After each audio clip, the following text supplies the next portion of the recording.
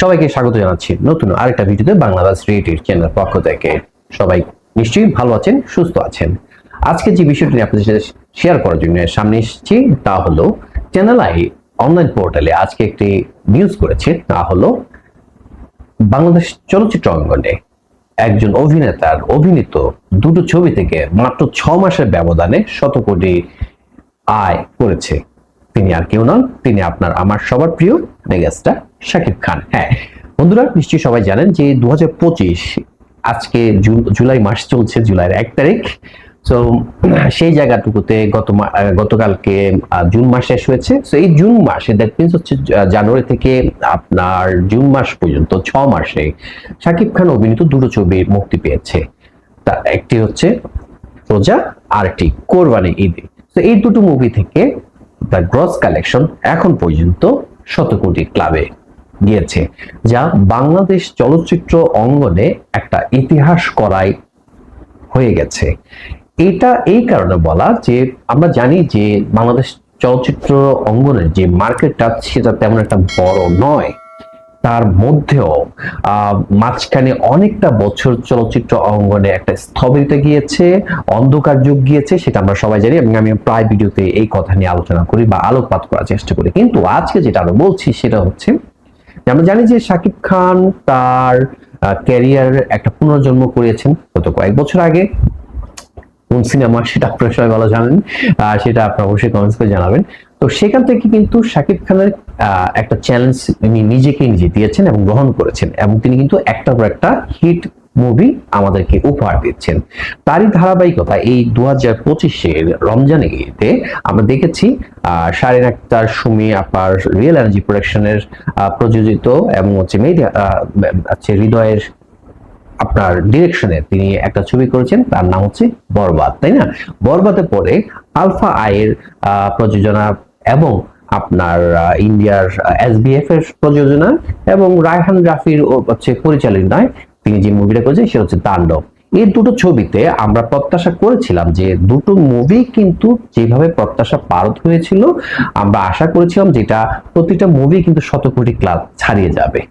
তাহলে কি হতো, এই 6 মাসের মধ্যে অন্তত আমরা আশা করতে পারতাম যে 200 কোটি ক্লাবে যেতে পারতো।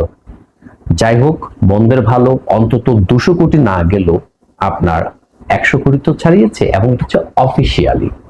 আনঅফিসিয়ালি এখন অনেক হিসেব নিকেশ বাকি আছে, সেটা নিশ্চয়ই 100 কোটি ছাড়িয়ে গিয়েছে, সেটা আমরা জানি। তো সেই জায়গাটুকুতে একজন অভিনেতার জীবনে এরকম খুব কম সময় আসে। যারা প্রতিষ্ঠিত মার্কেটে কাজ করেন, প্রতিষ্ঠিত অভিনেতা আছেন, তাদের মার্কেট হিউজ, সেক্ষেত্রে তাদের কাছে এরকম ব্যাপার না, নিত্য নৈমিত্তিক ব্যাপার। তো সেই জায়গাটুকুতে যেই ইন্ডাস্ট্রি একটু ছোট, যে ইন্ডাস্ট্রিতে অনেক সমস্যায় জর্জরিত, সেই জায়গাতে এইরকম হিট মুভি দেওয়া এবং উইদিন 6 মান্থ ইন এর ইয়ার, সেই ক্ষেত্রে সেটা কিন্তু দারুণ একটা উপহার। এবং আমরা এটা বলতেই পারি যে বাংলাদেশ চলচ্চিত্র অঙ্গন যেটা একটা আশাব্যঞ্জক এই জন্য যে আমাদের একটা সময় কিন্তু 1200-1400 মতো হল ছিল, সেখান থেকে কমে কমে এখানে 150-র নিচে চলে এসেছে মাল্টিপ্লেক্স সহ। সেই জায়গা থেকে আমি যে আপনি দেখেন 10% মতো হল আছে আগের হিসেব অনুযায়ী, সেখান থেকে এখন ছবি কিন্তু খুব একটা বেশি আসছে না।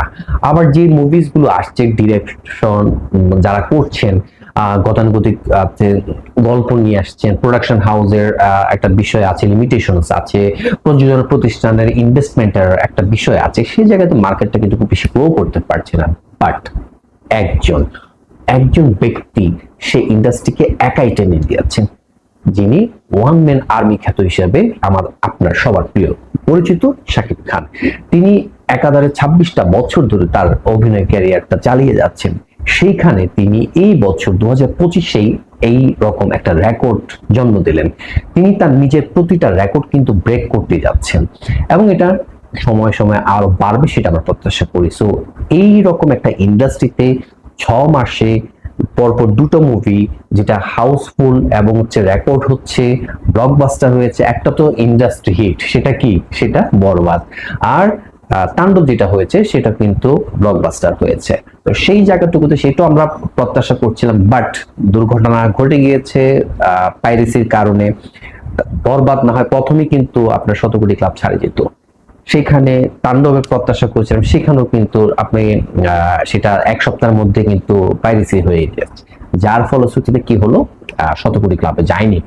বাট দুটো মুভিকে কম্পাইল করলে তার গ্রস ইনকামের ক্ষেত্রে সেটা অফিসিয়ালি কিন্তু শত কোটি। আজকে আমি দেখতে পাচ্ছি যে বিএমআর তাদের যে ফেসবুক পেজ আছে সেখানে তারা বলেছেন যে আলফাই প্রযোজনা প্রতিষ্ঠান তারা ক্লেম করছে যে এই কয়েকদিনে তাদের বাংলাদেশে গ্রস মার্কেট থেকে 30 কোটি ছাড়িয়ে গিয়েছে। 30 কোটি বলতে সেটা হচ্ছে আপনার মাল্টিপ্লেক্স থেকে হচ্ছে 12 কোটি অলমোস্ট, এবং হচ্ছে সিঙ্গেল স্ক্রিন থেকে 18 কোটি, দ্যাট মিনস 18 প্লাস 12 সব মিলিয়ে হচ্ছে 30 কোটি।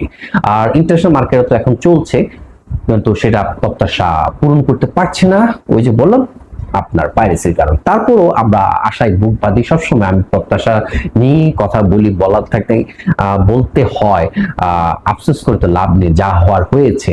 বাট এখান থেকে যদি শোককে শক্তিতে পরিণত করে আমরা এগিয়ে যেতে পারি এবং হচ্ছে যে এইরকম ঘটনা যদি পুনরাবৃত্তি না ঘটে, সেরকম যে স্ট্রং ইনিশিয়েটিভ নেওয়া হয়, তাহলে নিশ্চয়ই ভবিষ্যতে কোনো মুভিজ এরকম পাইরেসির শিকার হবে না। এবং আমরা ইন্ডাস্ট্রিতে শুধুমাত্র দুটো মুভি দিয়ে এটা আছে শত কোটি না, একটা মুভি দিয়ে কিন্তু শত কোটি যাওয়ার সুযোগ আছে। অন্তত দুটোতে 200 কোটি না হলো, আমি ব্যক্তিগতভাবে মনে করি দুটো মিলে কিন্তু 150 কোটি ঘরে যাওয়ার একটা সুযোগ ছিল। বরবাদ আপনার ধরেন 100 কোটি প্লাস হতো, তাণ্ডব যেভাবে আপনার করা হয়েছে সেই জায়গাতে অন্তত 50 কোটি প্লাস যাওয়া, দুটো মিলে কিন্তু 150 কোটি ঘরে এমনি যায়, এটা একদম স্বাভাবিকভাবে। কিন্তু ওই যে বললাম দুষ্ট চক্রের কারণে এটা ডিজাস্টার হয়েছে। বাট একজন ব্যক্তি হিসেবে শাকিব খান যেটা আমাদেরকে উপহার দিয়েছে তার জন্য অবশ্যই স্যালিউট।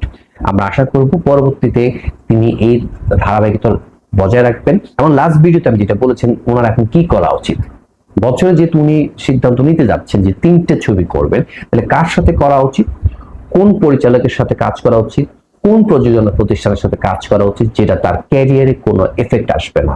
সব মানুষ ভালো না, সমান না, যেরকম ওই রকম ব্যক্তিরাও যারা তার আশেপাশে কাজ করে তারাও কিন্তু ব্যক্তি হিসেবে যে যেরকম হোক না কেন সবার কাছে সবকিছু একরকম প্রত্যাশা করা যায় না। তো সেই ক্ষেত্রে তিনি যদি একটু হিসেব কষে চলাচল করেন, সিলেকশন করেন কার সাথে কোন মুভি করলে ভালো, তাহলে সেটা তার ক্যারিয়ার জন্য যেমন ভালো, তেমনি আমাদের ইন্ডাস্ট্রির জন্য ভালো, এবং আপনাদের যারা শাকিবিয়ান আছেন, শাকিব খানের ভক্ত আছে, তাদের জন্য ভালো। আপনাদের কি মনে হয়? আপনাদের কমেন্টসটা অবশ্যই করে জানাবেন এবং আমার চ্যানেলটাকে সাবস্ক্রাইব করে পাশে থাকবেন। পরবর্তী ভিডিও দেখার আমন্ত্রণ রইল। তাদের সবাই ভালো থাকবেন। আল্লাহ হাফেজ।